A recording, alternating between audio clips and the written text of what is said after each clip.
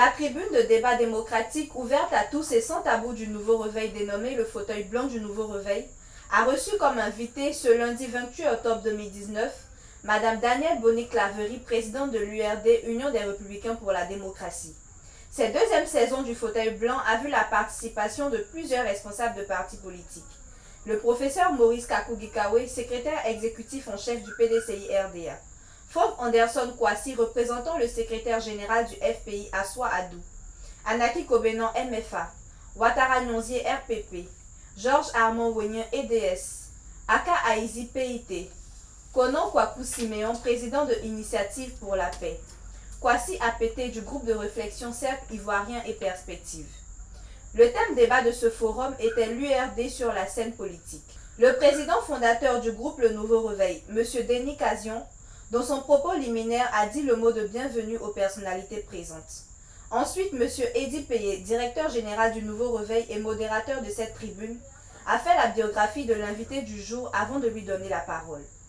La présidente de l'URD a à son tour remercié les membres des instances présents, fait l'historique de la création de son parti politique et apporté plus de précisions sur l'étiquette de transfuge politique qui lui était collée. Elle a abordé des questions d'intérêt national, notamment l'actualité politique et la dynamique de l'opposition. Le paysage politique ivoirien est en train d'évoluer. Et nous, à l'URD, nous nous en réjouissons. Parce que nous avons toujours voulu chercher ce rapprochement au niveau de l'opposition.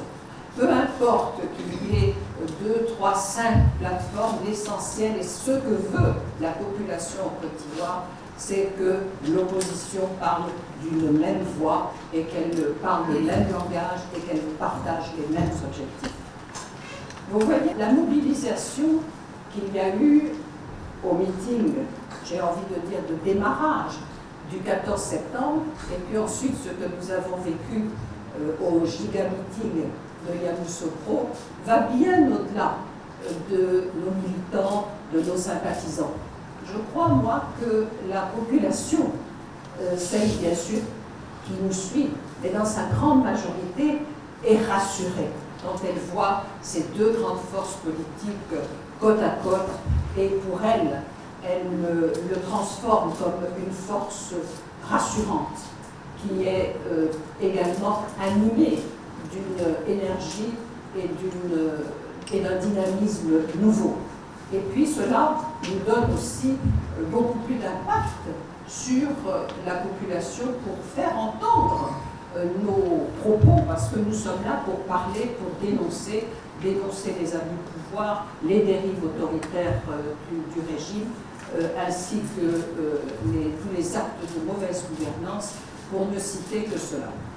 Alors, d'où vient que sur les réseaux sociaux, et nous les hommes politiques, nous sommes obligés de tenir compte des réseaux sociaux. D'où vient que nous sommes très souvent apostrophés, nous l'opposition, et disons d'une manière récurrente et parfois d'une façon brutale. On dit, mais que fait l'opposition? Elle parle, elle n'agit pas. Certains même vont jusqu'à affirmer que l'opposition est inexistante. Alors permettez-moi de profiter de l'opportunité que vous m'offrez pour essayer de répondre à tous ces internautes qui, j'espère, prendront connaissance de mes propos. Moi, je vais répondre d'une façon très simple. S'il n'y avait pas eu l'opposition, nous n'aurions pas obtenu la libération des détenus politiques. L'amnistie qui concernait Mme Simone Gbagbo ainsi que les dignitaires du FPI, eh bien, n'aurait jamais été prononcée. S'il n'y avait pas eu l'opposition, peut-être que nous aurions encore M. Youssouf Bakayoko, excusez-moi, comme président de la commission électorale indépendante. Il ne faut pas que l'arbre de l'échec puisse cacher quand même la forêt d'un certain nombre de succès. C'est vrai qu'en tant qu'opposition, nous n'avons pas réussi à bloquer ce passage en force qui nous impose une nouvelle CEI qui ne répond pas du tout à l'esprit de l'arrêt de la Cour africaine des droits de l'homme. Mais quand même, nos actions, nos pressions ont fait que l'opinion nationale et internationale est alertée Et il faut bien se rendre compte que la nouvelle CEI, dans les mains du gouvernement, c'est un brûlot. Et puis, je crois qu'on se rappelle tous des propos du président Alassane Ouattara à la veille de l'indépendance, où il nous a annoncé qu'il allait procéder à des modifications constitutionnelles, notamment en ce qui concerne les candidatures, l'éligibilité des candidats. Eh bien, peut-être que ce sont nos vives réactions qui l'ont empêché jusqu'ici, je dis bien jusqu'ici, de le faire. Alors, vraiment, je pense que l'opposition et le peuple, nous sommes deux forces au manu. Mais nous avons un carburant commun, si je puis m'exprimer ainsi, c'est l'ardeur de nos convictions et puis notre détermination à changer les choses. Je ne veux pas tomber dans de la paranoïa, mais nous devons éviter le piège de la division. Parce que nous savons tous la capacité, l'habileté du régime à manipuler et surtout à diviser pour régner. Je crois que tous les partis politiques en savent quelque chose, que ce soit le PDCI, le FPI, le PIT, le MFA et l'UPCI. Donc, nous, ce que nous disons, c'est que en Côte d'Ivoire, nous voulons imiter personne. Chaque pays a son propre parcours.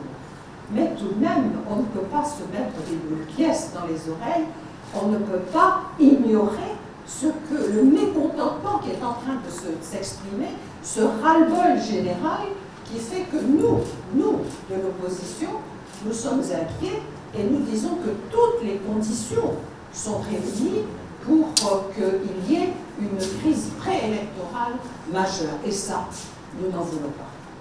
Nous voulons des élections apaisées, avec des résultats incontestables. Parce que les Ivoiriens ne veulent plus mourir pour des élections. Alors il revient à l'État, dans son rôle régalien, non pas simplement de toujours grandir le bateau de la répression, mais de remplir ses fonctions fondamentales qui sont d'assurer la sécurité des biens et des personnes. Et s'il ne le fait pas, eh bien, il se met en état d'échec. Voilà ce que j'avais un petit peu avant de dire, voilà ce que j'avais envie de dire avant de passer à ce cadre que vous avez déterminé. Et vous savez, comme dans l'audiovisuel, on dit, eh bien, écoutez, nous allons passer d'un sujet à l'autre. Et maintenant, je vais aborder ce que vous m'avez demandé. Mon parti qui a été créé, vous l'avez dit, en 2006, et je crois que beaucoup de personnes ici savent que l'URD sort des entrailles du PDCI. Mais moi, je ne vais pas trop m'attarder sur cette période parce que comprenez que ce fut un moment douloureux. Ce fut une décision difficile à prendre. Et nous avons donc quitté le PDCI et je pense que ça a été aussi un moment pénible pour ce grand parti. Nous avons à ce moment-là pensé qu'il fallait que nous nous regroupions et c'est ainsi que nous avons formé, créé l'UDPCI. Dans sa première phase, l'UDPCI a été présidé par Paul Akoto-Yao. Aujourd'hui, il est présidé par M. Patrick Tortus. Nous avons évolué pendant un moment dans ce parti, et puis, à un moment, nous n'étions plus très à l'aise parce que nous avions constaté des dérives régionalistes. À partir de là, nous avons décidé, sans faire de vagues, sans vouloir faire du bruit, sans nous répandre dans les journaux, nous avons décidé de quitter l'UDPC. Et c'est à ce moment-là que nous avons pris le temps de la réflexion et qu'en 2006, j'ai créé l'URD. Vous allez me donner la possibilité de tordre le cou définitivement à une étiquette que vous collez à mon parti et que vous me collez à moi personnellement. C'est celui de nomade politique. Et moi, je ne me reconnais pas dans ce schéma. Alors moi, je vais vous expliquer ce qu'est un nomade politique. De toute façon, nous en avons des exemples tous les jours. Au niveau du RHDP. Un nomade politique, c'est une personnalité élue sur un parti X, et puis qui, pour des raisons qui lui appartiennent à lui-même, à lui propre, eh bien, décide à un moment de quitter ce parti et donc de se désaffilier de ce parti-là. C'est ça le nomadisme. Et il trahit son parti et en même temps, il induit en erreur son électorat. Donc je ne voudrais plus que cette confusion sémantique puisse se faire, parce que vous avez peut-être compris que si nous avons quitté les uns et les autres pour créer quelque chose, c'était beaucoup plus pour être conforme à nos propres convictions. Donc le parti a été créé. Nous avons plutôt pensé, si vous voulez, déterminer une position politique, je ne veux pas dire idéologique, centriste, parce que le centrisme, c'est être équidistant des extrêmes et bien sûr des extrémismes, mais aussi on nous fait des fois le reproche en disant bon, vous prenez un peu à droite, vous prenez un peu à gauche. De toute façon, nous on répond, tout le monde fait de la social-démocratie. Alors on n'a pas de complexe à avoir. Dans le contexte d'alors, nous nous sommes vraiment posés en défenseurs de la souveraineté, de la Constitution, du respect de la Constitution comme gage de paix et de stabilité, bien sûr, défenseurs des droits humains, des libertés individuelles et collectives.